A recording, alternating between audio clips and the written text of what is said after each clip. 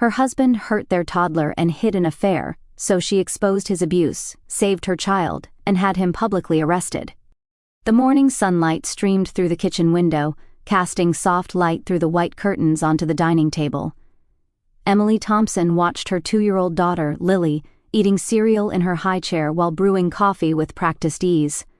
Lily's golden hair sparkled in the morning sun, and the sight of her small hands gripping the spoon as she earnestly tried to bring it to her mouth was truly angelic. "Lily, you are eating so well," Emily said gently, wiping the milk from her daughter's cheek. Lily looked up at her mother and smiled innocently, responding in her simple words, "Mommy, yummy." This peaceful morning scene was the happiest time of Emily's day. Her husband, Michael, had already left for work, and she was enjoying a quiet moment alone with her daughter. Michael worked as a financial analyst at a major investment firm, and lately he had been especially busy, often not coming home until late at night. Before marriage, Emily had been an elementary school teacher, but after Lily was born, she chose to become a stay-at-home mother to support the family. Michael's income alone was sufficient for them to live comfortably, and more than anything, she had a strong desire to watch her daughter grow up. The young mothers in the neighborhood sometimes told her, "What a waste," but Emily was satisfied with her choice. In the early afternoon, Emily was taking a walk in the nearby park with Lily. As she watched Lily toddling on the grass, Emily found herself thinking about something that had been bothering her lately. Michael's late returns had been going on for about 3 months now, whereas before they used to eat dinner together as a family of 3. He had explained that a big project was in progress and things would settle down next month, but that next month kept getting pushed back indefinitely. What worried her even more was that Lily's minor injury seemed to be increasing. Last week, she had a scraped knee, and the week before that, there was a light bruise on her forehead. For a 2-year-old, falling down and bumping into things was an everyday occurrence, but it seemed like injuries happened more often on weekends when Michael was home. "I am probably just overthinking it," Emily told herself. Lily was an active child who had been curiously exploring the house ever since she started walking. Michael could be a bit short-tempered when he was tired, but his love for his daughter was unchanged. In the evening, Michael came home unusually early. He was loosening his tie at the entrance, wearing a tired expression. "Welcome home," Emily greeted her husband and took his briefcase. "You are early today." "Yes, the meeting ended early today," Michael answered briefly and sank into the living room sofa. "Where is Lily?" "She is napping. I am preparing dinner, so just rest for a bit." Michael nodded, but his expression lacked the gentleness it once had.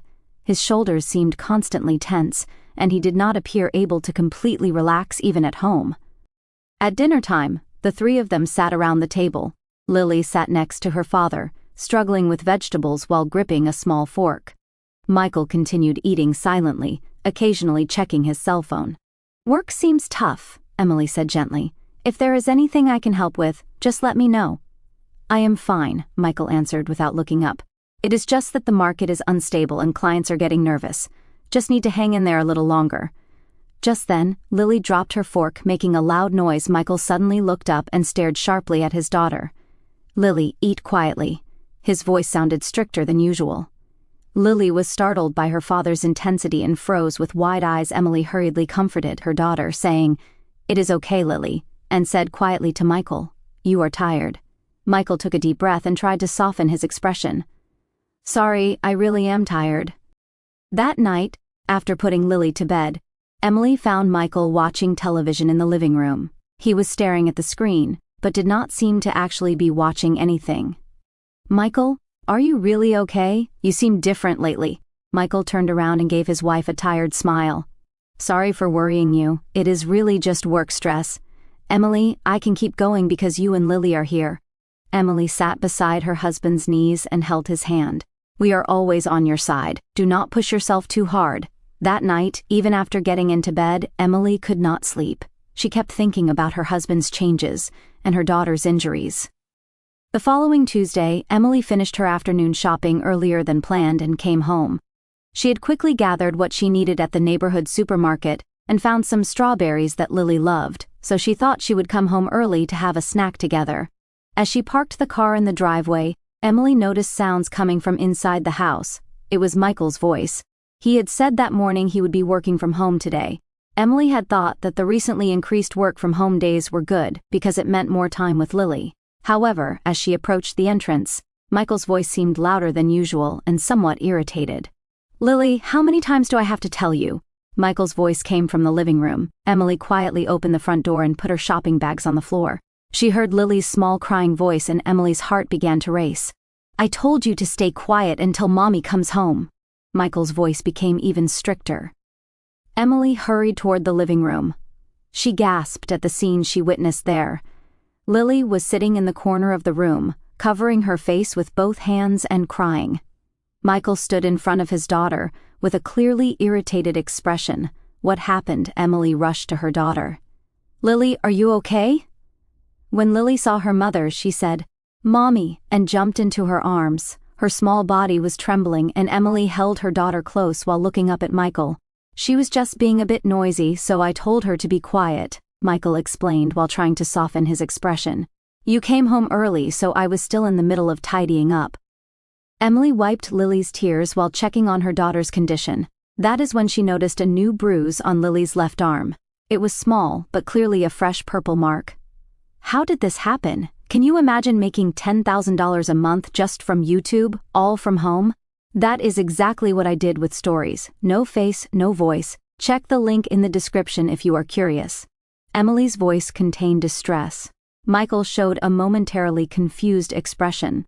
"Oh, that is from this morning when she almost fell down the stairs and I caught her. I might have grabbed her a bit too hard, almost fell down the stairs." Emily frowned. "But this morning Lily was with me in the kitchen." "No, it was while you were taking a shower," Michael answered quickly. "Lily headed toward the stairs by herself, so I hurried to stop her." Emily felt something was off. She had indeed taken a shower that morning, but before that, she had placed Lily behind the baby gate in the safe play area. There was no way she could have accessed the stairs. "I see," Emily answered briefly and picked up Lily. "Lily, does it hurt?" Her daughter nodded slightly and pointed to her left arm. Emily gently checked that area, but Lily did not like being touched there. "It is nothing serious," Michael said with some irritation. "Children get hurt easily. You should know that since you used to be a teacher." That afternoon, Michael said he had to go out suddenly and left the house. He explained that an urgent client meeting came up, but Emily did not remember him mentioning going out on a work-from-home day. Left alone, Emily sat on the sofa with Lily and observed her daughter carefully. "Lily, what did you play with Daddy today?" Emily asked gently. Lily curled up small on her mother's lap and said in a tiny voice, "Daddy got mad."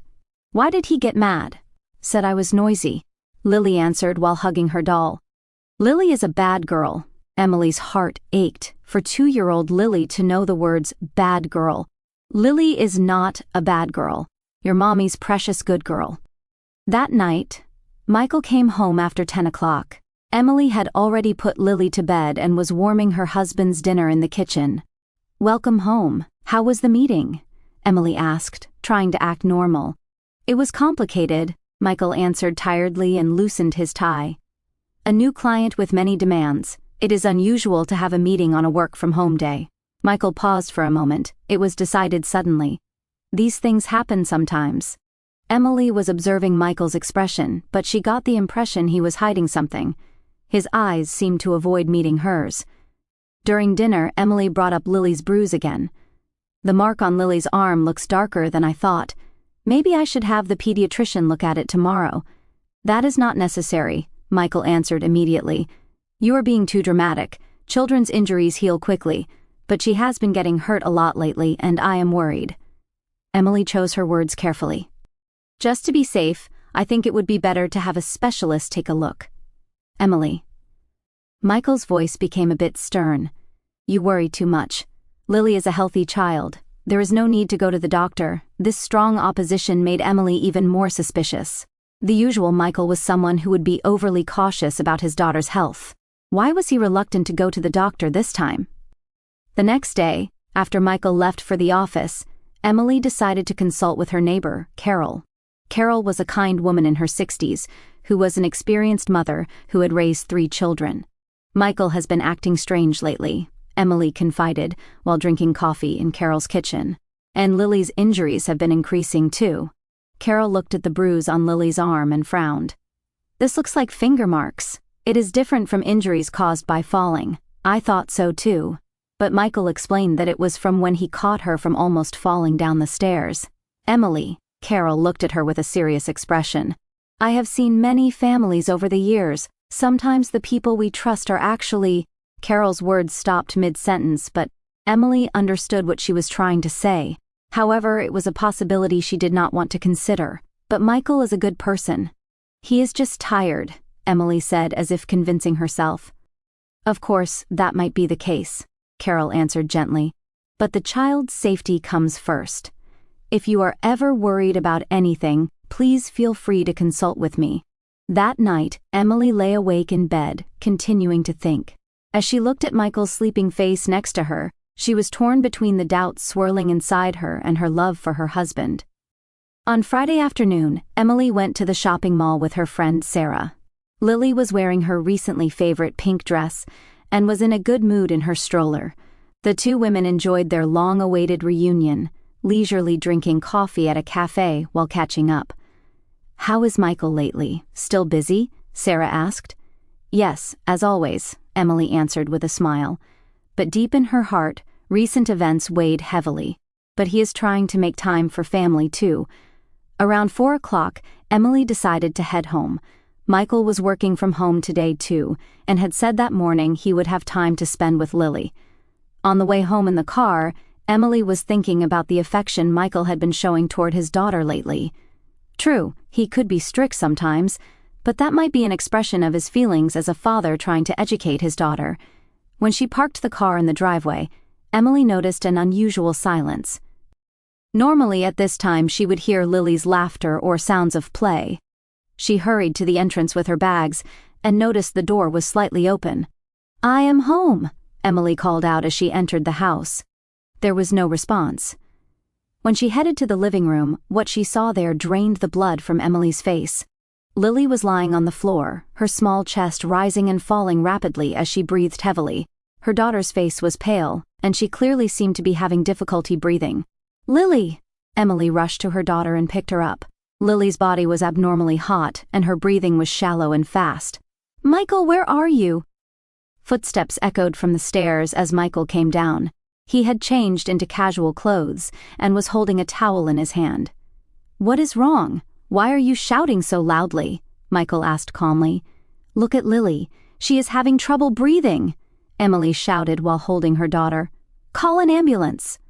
Michael glanced at Lily and shrugged. "You are being dramatic. She just fell down. She is probably just tired from crying a little." "Fell down?" Emily stared at Michael. "Look at the way she is breathing. This is not normal." "Emily, calm down." Michael's voice mixed with irritation. "Children fall down often. If you leave her alone, she will be fine." However, Emily's maternal instincts told her everything. This was not just a fall. Lily's breathing, her complexion, everything indicated an emergency. "I am taking her to the hospital," Emily said resolutely. "If you do not want to come, I will go alone." "It is not necessary," Michael raised his voice. "There is no need to go to the doctor. It is just..." "That is enough," Emily interrupted her husband's words. "She is my daughter. I will make the decision." Emily quickly got the stroller and put Lily in it, heading for the car. Michael shouted from behind, "Emily, come back! You are being too dramatic!" But she did not look back. In the car, Emily headed to the nearest general hospital while checking on Lily's condition.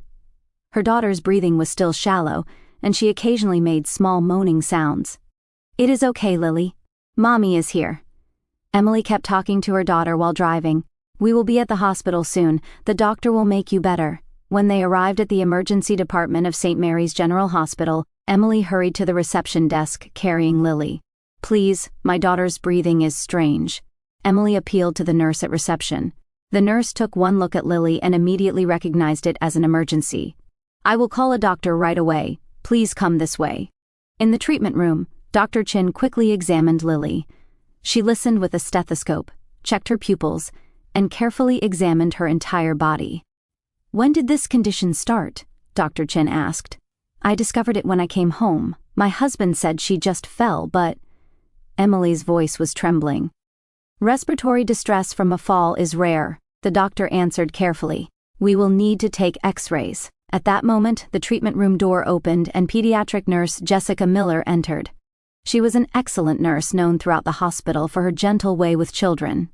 Jessica, please take care of this patient, Dr. Chin instructed. Jessica tried to smile at Emily, but then the treatment room door opened again. Michael came in breathing heavily. Emily, where are you? Michael looked around the room and found his wife. I finally found you. This is really too dramatic. At that moment, the color drained from Jessica Miller's face. The medical instrument in her hand fell to the floor with a metallic sound. The nurse's body clearly began to tremble, and she backed away while staring at Michael. Why? Jessica's voice was extremely small and trembling. Why is he here? Emily was confused by Jessica's abnormal reaction. The nurse clearly seemed to know Michael, and the way she knew him seemed to be more than just a professional relationship. Jessica. Emily called to the nurse, are you okay? However, Jessica could not answer.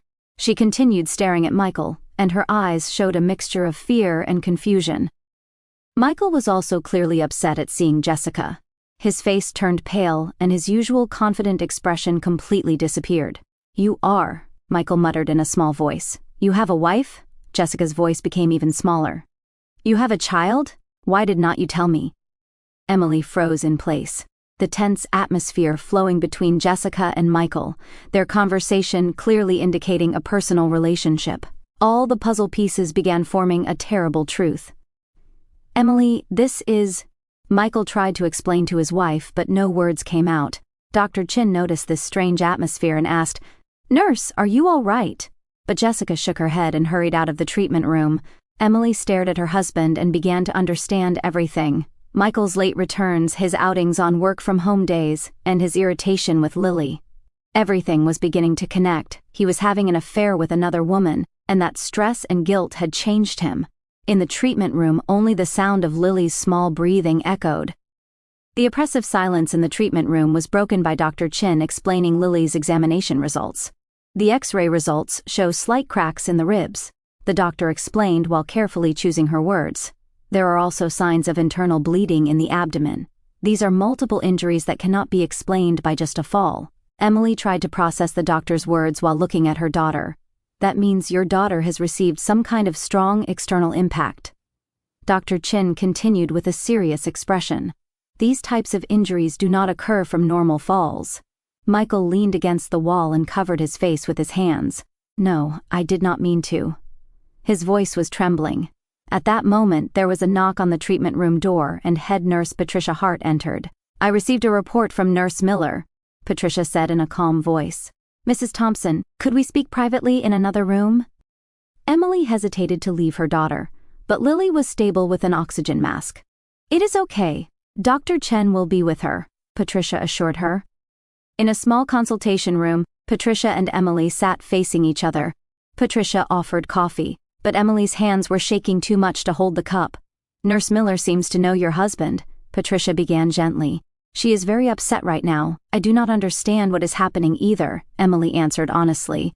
But my husband has been acting strange lately. Please tell me. We have confidentiality obligations, so feel free to speak. Emily talked in detail about recent events, Michael's late returns, Lily's increasing injuries, the contradictions in her husband's explanations, and today's abnormal reaction. While she was speaking, there was a knock on the door. Jessica Miller opened the door with trembling hands and entered. Her eyes were swollen from crying and she was clearly upset. I am sorry, Jessica said in a small voice, but there is something I must tell you. Patricia offered her a chair and Jessica sat down heavily. Michael Thompson and I, Jessica began, searching for words, have been dating for 6 months. Emily gasped. She had understood this intellectually, but hearing it actually spoken made it more real. He said he was single. Jessica continued that he had no wife or children. Sometimes he was tired from work stress, but I thought that was because of work. 6 months ago, Emily murmured. That coincided with when Michael's behavior began to change. Lately, he has been changing. Jessica's voice became even smaller. Before, he was kind and thoughtful. But for about the past month he has become easily irritated and sometimes angry. When Patricia asked when talking about work, when family topics came up, Jessica answered as if remembering. He supposedly had no family, but for some reason he disliked family conversations. And recently, even toward me, Jessica rolled up her sleeve and showed a small bruise on her arm. Last week when we had an argument over something trivial, he grabbed my arm hard. Emily looked at that bruise and realized it was the same shape as the one on Lily's arm. "Jessica," Emily said in a trembling voice, "you are a victim too." Jessica began to cry. If he has a family, then I unknowingly helped destroy a home. And if he did something to your child, this must be reported to the police, Patricia said with a stern expression. There is suspicion of child abuse. At that moment, the consultation room door burst open. Michael was standing there. His expression was filled with anger and his fists were clenched. "What are you talking about?" Michael looked around at the three women.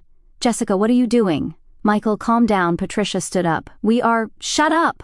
Michael interrupted the head nurse. "This is a family matter. Outsiders should not interfere." Emily saw a violent side in her husband that she had never seen before: violence toward Lily, violence toward Jessica, and now threats directed at them. "Michael." Emily stood up and faced her husband. "It is over. I know everything. What do you know?" Michael's voice became dangerously low. "That you are having an affair with Jessica, and that you have been violent with Lily." Emily's voice trembled with anger. "I cannot forgive you for hurting my daughter." Michael stepped forward. "You do not understand anything. That child does not listen. She is a 2-year-old. Emily shouted. "You are sick." At that moment, Michael raised his hand toward Emily. However, Patricia quickly pressed the hospital's emergency button and security guards came running. "Please call the police," Patricia instructed. "This is assault in progress." While being restrained by security guards, Michael continued shouting, "This is a misunderstanding. It is a family matter." 30 minutes later, the police arrived. Michael was handcuffed and arrested on charges of child abuse and spousal intimidation. Mrs. Thompson, the detective in charge, Detective Johnson from Detroit Police, spoke to Emily. "Please tell us in detail about your daughter's medical records and today's events." Emily explained everything with surprising composure. The events of the past several months, Lily's injuries, Michael's changes, and today's discoveries. "You will also need legal support," Detective Johnson explained kindly. "I recommend consulting with a domestic violence specialist counselor and about divorce proceedings." Meanwhile, Jessica was also being questioned by another detective.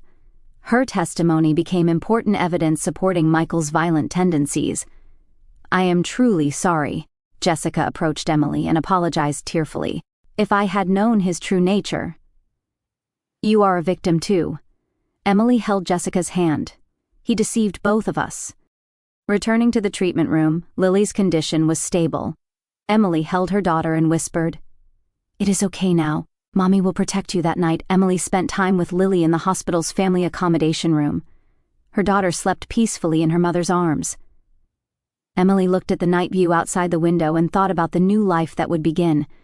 A terrible truth had been revealed, but at the same time she and her daughter were free. Free from Michael's violence, from lies, and from a false marriage. 1 year later, Emily was preparing breakfast in the kitchen of her new apartment. The sunlight streaming through the window felt brighter than in their previous home, and Lily's laughter could be heard from the living room. Lily had completely recovered and was growing healthily in her new environment. "Mommy, pretty flowers," Lily said, pointing to the daisies on the windowsill as she ran over. When Emily was apartment hunting, what she prioritized most were safety and brightness. This small 2-bedroom apartment was not luxurious by any means, but it was filled with warmth and peace. Emily had returned to work as a teacher. She was anxious at first, but the warm support of her colleagues and above all her desire to become strong for Lily sustained her. Balancing child rearing and work was not easy, but neighbor Carol occasionally looked after Lily, and her workplace colleagues showed understanding. The divorce proceedings had been completed 6 months ago. Michael received a 2-year prison sentence for child abuse and was still serving time. There had been many requests for visits from him, but Emily had declined them all. Following her lawyer's advice, she also did not allow any visits with Lily.